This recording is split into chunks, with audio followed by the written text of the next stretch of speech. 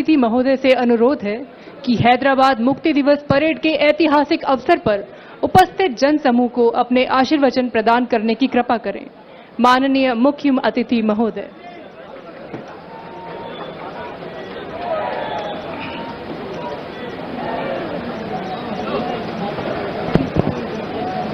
मेरे साथ बोलिए, भारत माता की। भाई 75 साल हो गए, ऐसी आवाज नहीं चलेगी। सारे लोग यहां से पूरे देश में आवाज जानी चाहिए। आज हैदराबाद मुक्ति दिन है। मेरे साथ दोनों हाथ उठाइए। मुक्ति के संघर्ष को श्रद्धांजलि के लिए प्रचंड आवाज से बोलिए, भारत माता की, भारत माता की। मंच पर उपस्थित मेरे मित्र और साथी मंत्री, तेलंगाना भारतीय जनता पार्टी के अध्यक्ष श्रीमान जी किशन रेड्डी जी, भारत सरकार के गृह सचिव श्री अजय कुमार भल्ला जी, संस्कृति मंत्रालय के भारत सरकार के सचिव श्री गोविंद मोहन जी, निर्देशक आसूचना ब्यूरो श्री तपन डेका जी,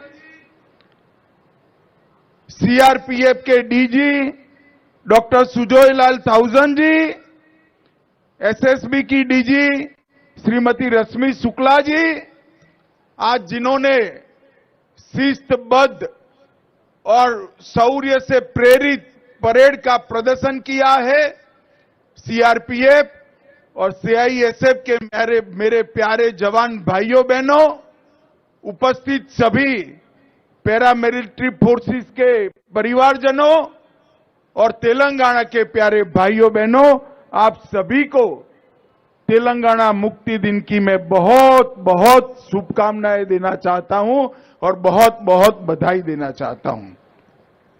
सबसे पहले मैं यहां हैदराबाद मुक्ति संघर्ष में लाखों लाखों जनता ने जो हिस्सा लिया, वो वीर नागरिकों को प्रणाम करना चाहता हूं। इसके साथ साथ कई लोगों ने हैदराबाद को मुक्त कराने के लिए अपनी जानों का बलिदान दिया, अपना सर्वोच्च बलिदान दिया। वो जनता और वीर शहीद जवानों को भी मैं शीश झुकाकर श्रद्धांजलि देना चाहता हूं। और आज तेलंगाना, कल्याण कर्नाटक और मराठावाड़ के ये विशाल क्षेत्र को भारतीय संघ में विलय करने के लिए जिनकी प्रमुख भूमिका रही, वो सरदार पटेल को भी मैं बहुत श्रद्धा के साथ नमन कर मेरी बात की शुरुआत करना चाहता हूं। मित्रों, आज तेलंगाना मुक्ति के 75 साल पूर्ण हो रहे हैं। मैं कोई झिझक के बगैर कहना चाहता हूं कि महापुरुष, लोह पुरुष सरदार पटेल न होते तो तेलंगाना को इतनी जल्दी मुक्ति नहीं मिलने वाली थी।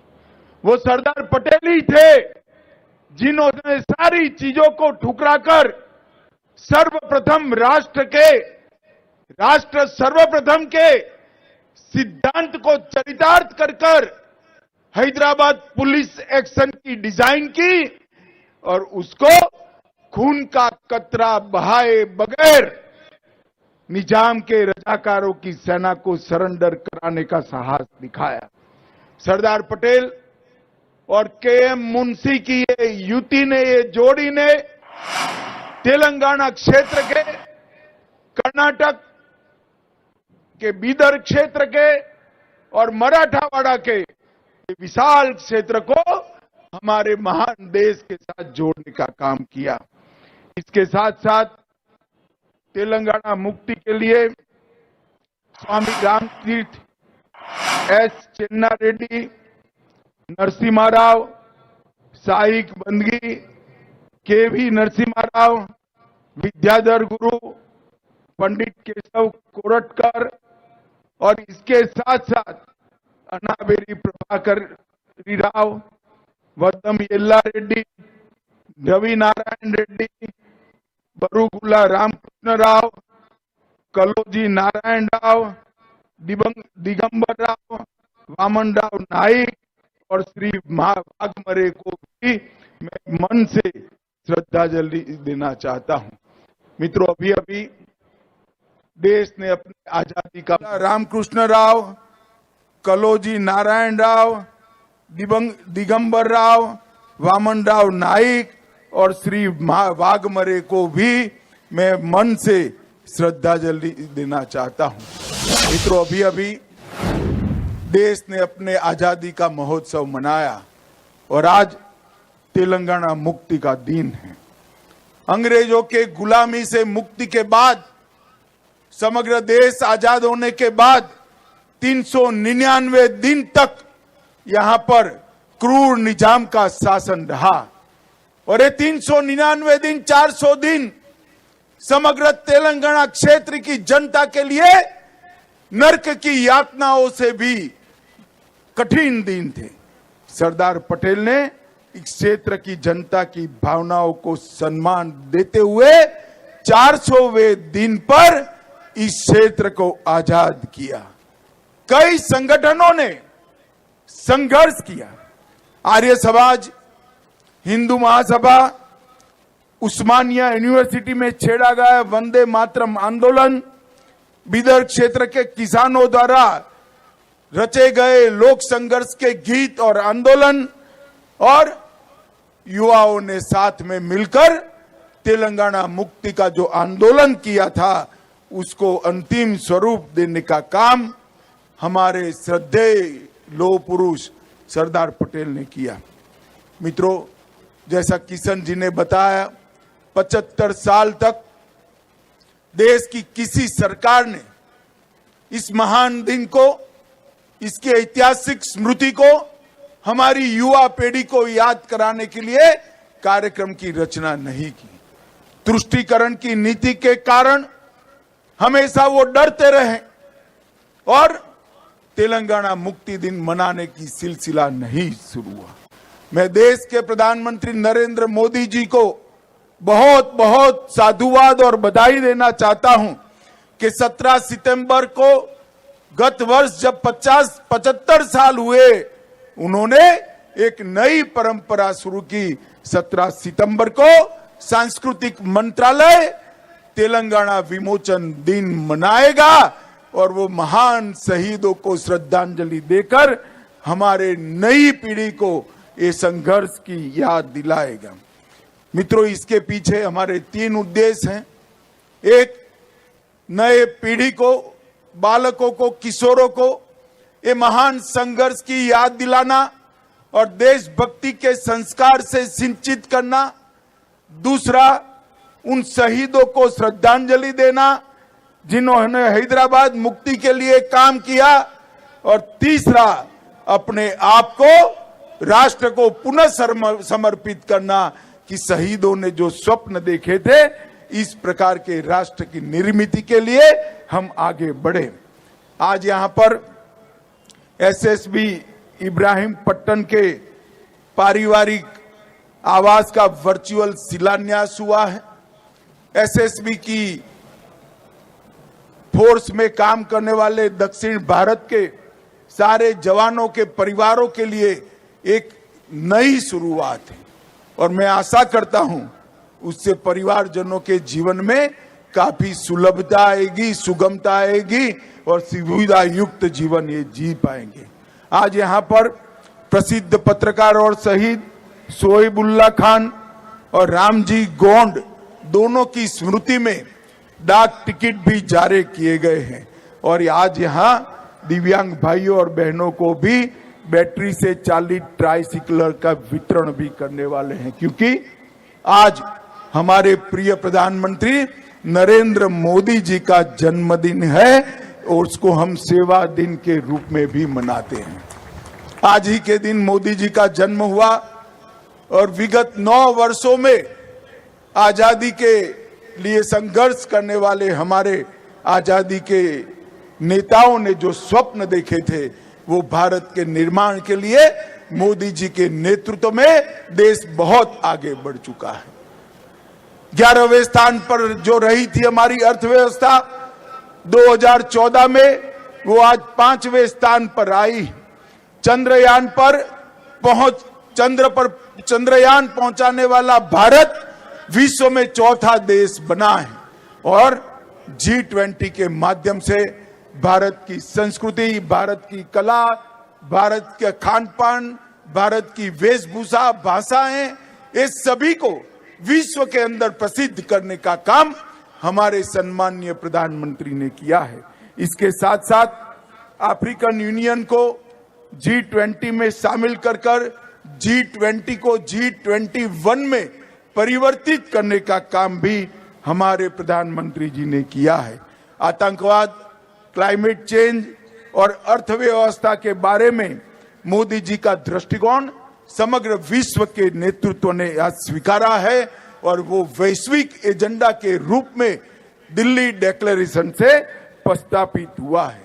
हमारे देश की कई धरोहर, चाहे उड़ीसा का कोणार्क मंदिर हो, चाहे नालंदा यूनिवर्सिटी हो, चाहे मधुबनी का पेंटिंग हो, इसको समग्र विश्व के सामने रखने का काम ये G20 समिट ने किया है। डिजिटल पब्लिक इंफ्रास्ट्रक्चर की वैश्विक मान्यता मिली। यूपीआई, बैंकिंग, आधार और मोबाइल टेक्नोलॉजी में भारत में जो क्रांति हुई है, इसकी भूरी भूरी प्रशंसा समग्र विश्व के नेताओं ने की है। मित्रों, आज मैं यहां आया हूं तब बहुत लंबी बात करना नहीं चाहता, परंतु एक बात जरूर कहना चाहता हूं। ये 400 दिन के निजाम के शासन में यहाँ की जनता ने जो अपार यातनाएं सहन की है, इसका हिसाब विश्व की यातनाओं के इतिहास में कहीं पर मिलना नहीं। इसीलिए सरदार पटेल ने कहा था, स्वतंत्र हैदराबाद भारत के पेट में कैंसर के समान है, उसका ऑपरेशन के बगैर और कोई रास्ता हो नहीं सकता। और इसलिए उन्होंने पुलिस एक्शन के माध्यम से हैदराबाद को स्वतंत्र करने का काम किया। बड़ी दुर्भाग्य की बात है, तेलंगाना की रचना के बाद भी तेलंगाना विमोचन दिन मनाने में वोट बैंक की पॉलिटिक्स के कारण ये पार्टियां जो संकोच कर रही है, मैं उनको कहना चाहता हूं, जो अपने देश के इतिहास से मुंह मोड़ लेते हैं, देश की जनता उनसे मुंह मोड़ लेती है। हमारे देश के इतिहास पर गौरव कर हमारे शहीदों के शहादत पर गौरव कर स्वतंत्र संग्राम के इतिहास पर गौरव कर ही हम इस देश और हैदराबाद को, तेलंगाना को आगे बढ़ा सकते हैं। और यहां पर जिस प्रकार से निजाम के क्रूर शासन ने कई फरमान दिए थे, माफूसा और गैर माफूसा का भेद खड़ा किया था, उससे मुक्ति सरदार पटेल ने दिलाई थी। कई ऐसी घटनाएं हैं जिसके जिक्र से भी आज रोंगटे खड़े हो जाते हैं। मैं एक ही का उल्लेख करना चाहूंगा। परक्कल्ला तेलंगाना 2 सितंबर 1947, 1500 से ज्यादा लोग भारतीय तिरंगा फहराने के लिए परक्कल्ला कस्बे में एकत्रित हुए। निजाम की रजाकार फौज ने जनरल डायर की तरह गोलियां चलाने का आदेश किया। 150 लोग घायल हुए, कई लोग मारे गए। ऐसा निर्मम हत्याकांड मराठावाड़ा के परभणी के गुंडा गांव में भी हुआ और बीदर के पास घोरटा में भी हुआ। इस सभी से मुक्ति दिलाने का काम सरदार पटेल ने किया। KM मुंशी और सरदार पटेल, ये 2 देशभक्त नेताओं ने हैदराबाद मुक्ति का डिजाइन किया और उसको अंत तक लागू किया। और 10 अगस्त 1948 को सरदार पटेल ने कहा था कि हैदराबाद समस्या के समाधान का एक ही रास्ता है और वह है हैदराबाद का भारत में विलय, जिसको 17 सितंबर 1948 को उन्होंने सरेंडर किया और निजाम शरण में आए। मित्रों, आज मैं तेलंगाना राज्य की जनता को, कर्नाटक के कल्याण कर्नाटक की जनता को और मराठावाड़ के महाराष्ट्र की जनता को कहना चाहता हूं कि ये जो दिन है, ये दिन की स्मृति जो है, हमारा संघर्ष है, हमारे शहीदों का बलिदान है, उसको युगों युगों तक हम याद कर कर रखें, जिससे आने वाली पीढ़ियां इससे प्रेरणा ले और देश के विकास के लिए अपने आप को समर्पित करे।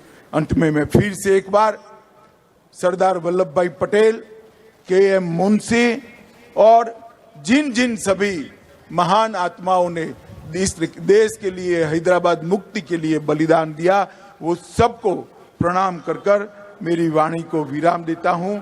मेरे साथ फिर से एक बार बोलिए, भारत माता की, भारत माता की।